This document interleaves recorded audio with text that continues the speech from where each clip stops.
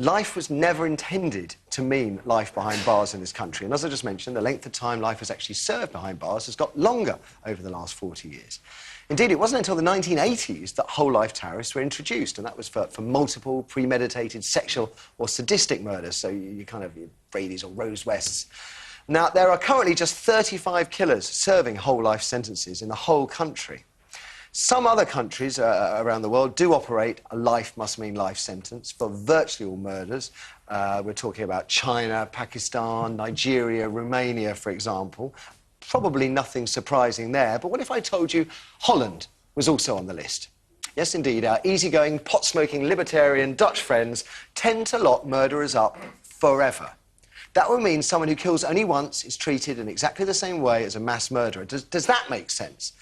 I'm not sure, because for as long as the life sentence has existed in Britain, lawmakers have been concerned that locking someone up and throwing away the key is barbaric.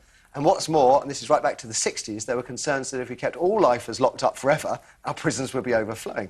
They got that bit right. So, overall, do we think our life sentences, 15 years on average, is about right? Or has Holland got it right? What if I told you, and this is brilliant, the murder rate in Holland is about half the rate we have here? Yasmin. I'm going to lose this one, but I'm going to try. I think we have to be very careful about life meaning completely for life. You know, there are loads of prisoners today who have been in for quite a long time, who are suffering from dementia, all the illnesses of old age. You're going to forgive me if I don't weep on behalf of murderers. But think about the prison officers. Right. Okay? The job becomes a different job after a certain number of years. So if we're going to do this, and I can see the reasons why, and I'm sort of half convinced by your Zen Biggins' arguments, although I have to say... I'll be honest, Yasmin, I don't know what I feel. I didn't know about Holland until this morning, and when they told me they locked people up for life... But in Holland, prisons are very different from ours. But when I asked about what is the murder rate in Holland, and they came back and said it's half the rate we have here, that made me think. No, and fair enough. But also their prison system is very, very different from ours. It's less punitive and more nurturing and all kinds of things. But if that's a fact, OK, we need then to think about a second place where they can go, which isn't the prison in which they stayed. So an old people's or something like that, because you can't leave. I mean, there are loads of people who are kind of going mad. In essence, though, do you think we got it about right? I think maybe we need to rethink it. But I think what's very interesting is yesterday, when everybody was getting very excited about, you know, throw away the key, I thought, God, here I am a Muslim, and you're taking a very Sharia view of crime and punishment, and I'm being totally Christian and thinking, forgive them, redeem them. See how life is? Yes. And Tom, you were very keen to get involved in this, so what are your thoughts? Well, twofold, really. I feel that, quite strongly, that if you don't want it to mean life, change your name. Yes, I do too. Firstly, if it doesn't mean life, then change your name. I totally agree. But secondly, the murder victim is pretty much dead forever. Yeah. And if you kill one person, you get one sentence. If you kill mass amount of people, you get a sentence for each of those crimes committed, I believe. If they happen to add up to 650 years in jail, well, then you live for a long time. But for me, if you murder somebody, then your liberty should be taken away from you for the same time as this person who's dead in the ground. Because why should you have the right to go out? Anton, even though, there is no even though. No, 30 grand a year. 30 grand a year to keep someone in prison. Put them in a dinghy in the middle of the North Sea, for all I care. I couldn't care less, quite frankly. There is no just because...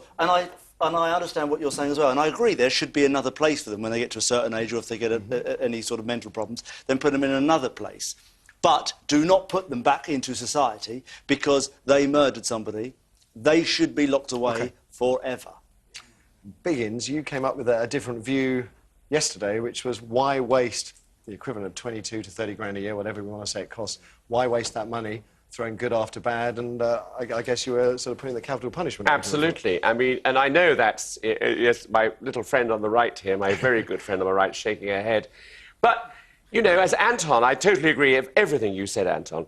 I think what we tend to forget in the emotion is that someone's life has been ended. someone's life, and it's not necessarily has come out of an emotional row. It has become out of someone who just goes around killing people for the sake of killing. Story in the paper today of someone who did just that in a cafe. That's Hello, right. Went and shot the person, back of the head. Said hello, shot them. Now, there's probably another story behind that we don't know. But it sounds pretty premeditated, It certainly did. But I think then why do we put up with those people? Because I don't think they should be here with us. I'll tell you why I can't go with capital punishment, because I've always taken the view that if the state makes one mistake, one innocent man dies, the state has committed murder, and at that point you no longer have justice. Yes, you can't judge. And do you want to be like China? No, we don't want to be like China. Although we their don't Olympic want to Games be like look Iran. rather You know? We don't want. But the other thing is, you know, let's think about some of the young men at the moment, at unspeakably young ages, who are now entering the prison system as killers. Again, Yasminina, I can't get the violins out for people that I'm kill. not saying violins. I'm almost with Anton. I don't care. No, but I do. These, you know, we can't say a 15-year-old. Okay, I've got to jump in because you make a decision. Not surprisingly, the phones are red hot. It's one of the great debates of the modern age. Let's hear some of you. Should life mean life? Amy. OK, first caller thinks it should. It's Maureen on line 3. Maureen, good morning. Good morning. Go on then, where do you stand? Well, my personal opinion, Matthew, is that if you have a murder has been committed, a life has been taken.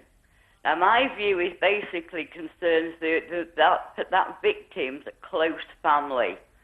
That victim has lost a loved one. Yeah. They're not going to walk down in the house, knock on the door, in the back door, and shout, I'm home, lovey, I'm here, 10, 15 years later. That's it. The loved ones of that victim do have a life sentence.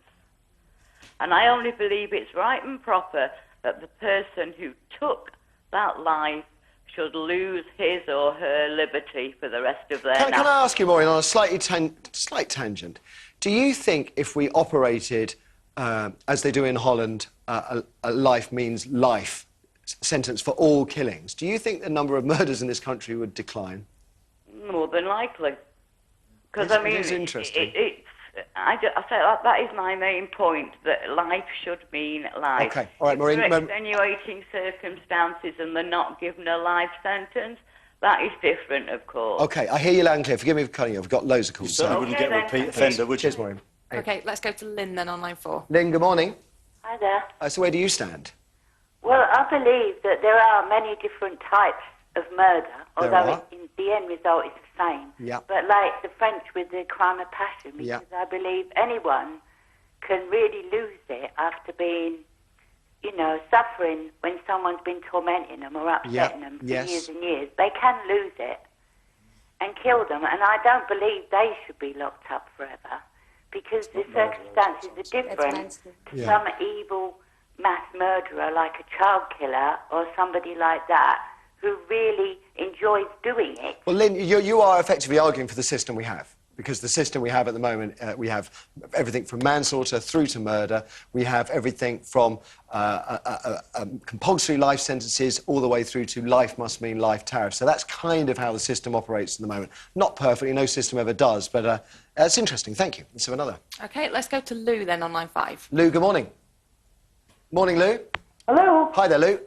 Should life mean life? It depends. Okay. Number one, I was a prison officer for 26 years, so my joy was that I worked on a lifers wing for many years. Okay.